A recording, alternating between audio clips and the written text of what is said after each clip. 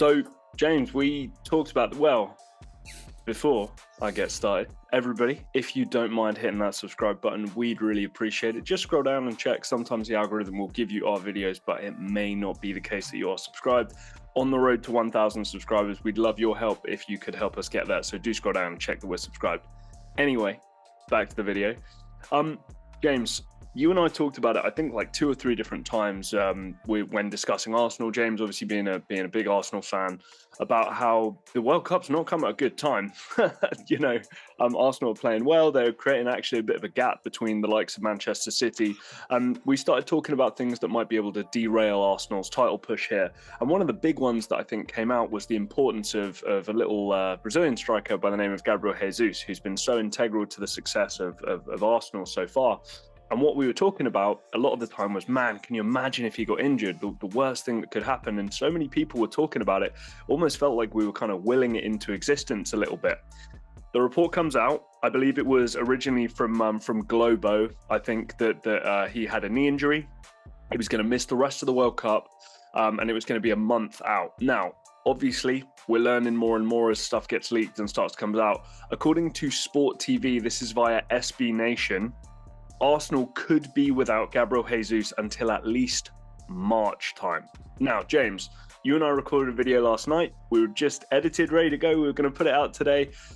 And then this, the more news comes out and we weren't up to date. So we're hitting it again now.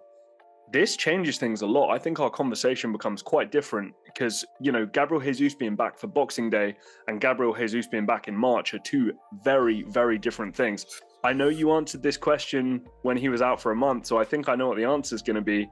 James, on a scale of 1 to 10, how worried are you about this affecting Gabriel Jesus, but also affecting Arsenal's title push? Out of a 1 to 10, 100. Well, just so that everybody knows, James was at a 10 out of 10 when it was a month. So I think James is probably 30 out of 10 now. I'm 100, Jack. This is the worst news that could happen. I remember we did the video yesterday, and we thought, okay, knee. It may take a month. I mentioned the fact how Gabriel Jesus, you look at his injury record, Manchester City, when he does get injured, he isn't a guy that recovers quickly. It takes a good, some of them might be 4 or 5 months. I remember one time for the season where they got 100 points, he missed a large chunk of that time due to injury, and I was thinking, okay, maybe if he gives us a month, we can accept that. Maybe 1 or 2 games.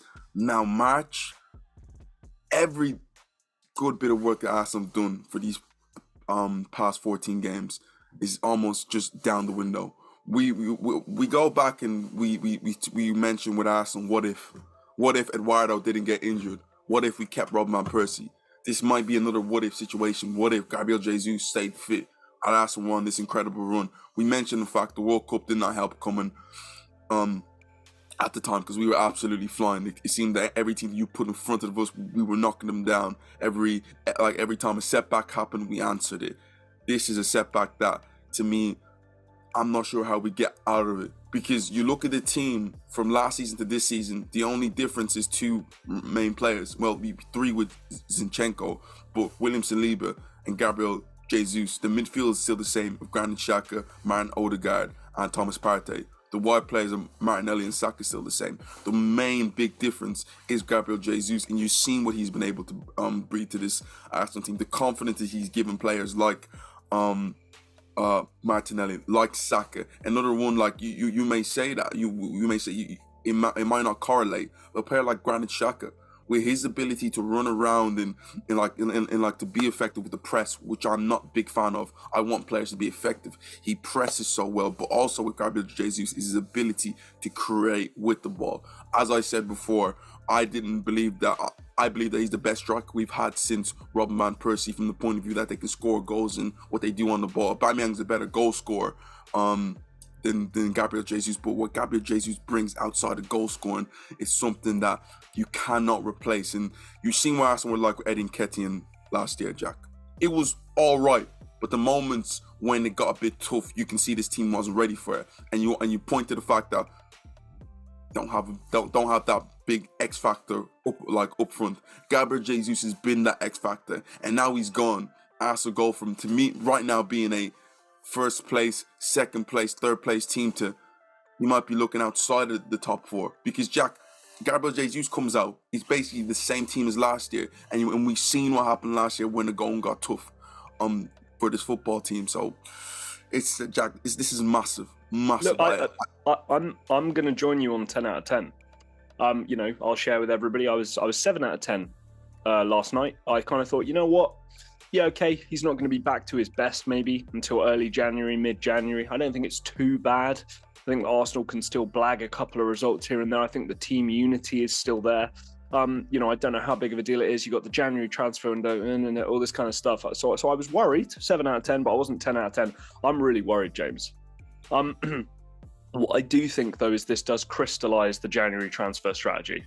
The board of directors, the key decision makers at Arsenal Football Club are absolutely having themselves on if they think that they can go through this 3-month period with Eddie Nketiah as the starting number 9, or maybe Martinelli goes. I don't know if this Arsenal board of directors think that they'll be able to get away with winning a Premier League title with somebody like that as a starting number 9 striker. That is an absolute joke. So to me, come January time, I think this crystallizes their strategy. They can get to work on it now. I think it needs to be somebody who can come in, who can do a very, very good job, a stellar job, but that Gabriel Jesus' place is secured when he comes back. That for me is the biggest thing. And yeah, James, it's a worry. We know about knee injuries. It's a worry. It's been the downfall of many, not just okay or good of elite players. I mean, I could list off some names here of guys with knee injuries who were never the same afterwards.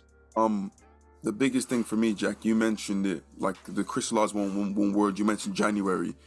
And it's not about Arsenal doing it maybe in like January, let's say 20th, January 30th. No, it needs work to be starts now. On. Exactly. Yes. Bang on it right now. Identify the guy that could be a replacement. Now, Jack, we all said this at the start. The difference between Arsenal and the rest of the teams was how thin the squad was. So even if Gabriel Jesus was fit, you still want players to come in to bolster this Arsenal team.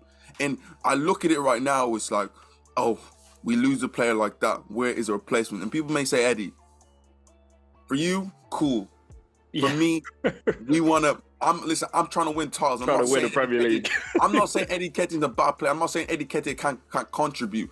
He's not Gabriel Jesus, though. Exactly. But for 10 straight games, can he lead us to it? No. We could barely lead us to top 4. We want to compete against Manchester City. We want to get to second place. We want to try and go get that first spot. So whatever Arsenal need to do, I think by January 10th, we must have a player signed. If that, I mean, you need your Julian Alvarez. I think that's kind of the phrase that comes to mind. You need your Julian Alvarez. Julian Alvarez could probably start for this Man City team and they could win a Premier League. You know what I mean? I don't think Eddie Nketiah starts for this Arsenal team over a whole season and you win a Premier League. So you need that backup position as an upgrade, or maybe, James, hey, if you really go for it, maybe somebody better. I don't know who this would be, but maybe somebody better than Gabriel Jesus, and then Gabriel Jesus has to fight for his place back. You know, so something like that. But to me, it'll be a total missed opportunity if that reinforcement doesn't come in January.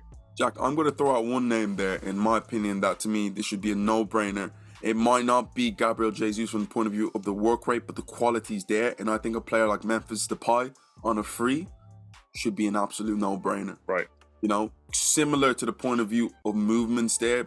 Player's not as clinical. I don't think he has the work rate of Gabriel Jesus off the ball, but the quality is there. And like he has occupied the striker spot.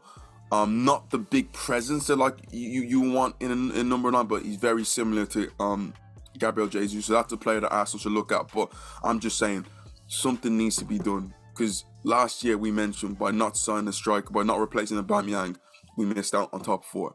Right. You don't want to be thinking about, by not signing a striker in January, we can miss out on a title, which is like incredible, or even miss out on top 4. Because Jack, you know how football can go. 2-3 bad games, and then you look up, you're up there. You're now down.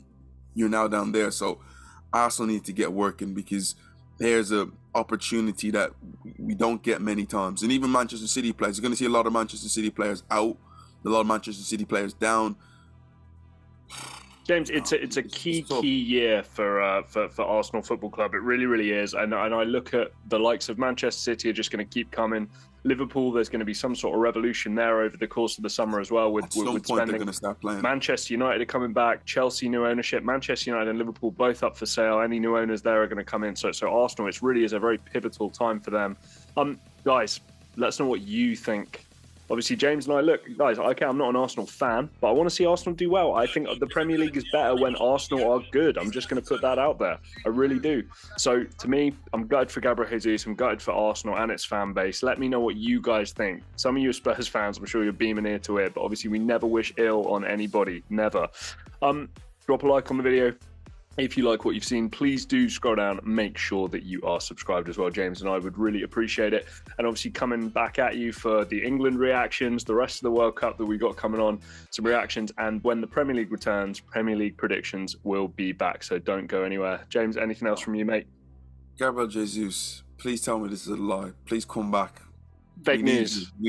Please. I want to hear this fake news, and he just pulls up in the first game back. Because we need him badly. Like this is a gut punch. Like it's as big as losing. Let's say this is equivalent of Man City losing a Kevin De Bruyne, Man United losing a Bruno. So many big losses, but this guy's been to me the heart and soul of this team from the point of view of he changed what Arsenal been become this season, and now him being out makes me think, is it meant to be? Every like and every subscribe makes James feel 0.01% a little bit better. So please help him out. Guys, until next time, we will see you.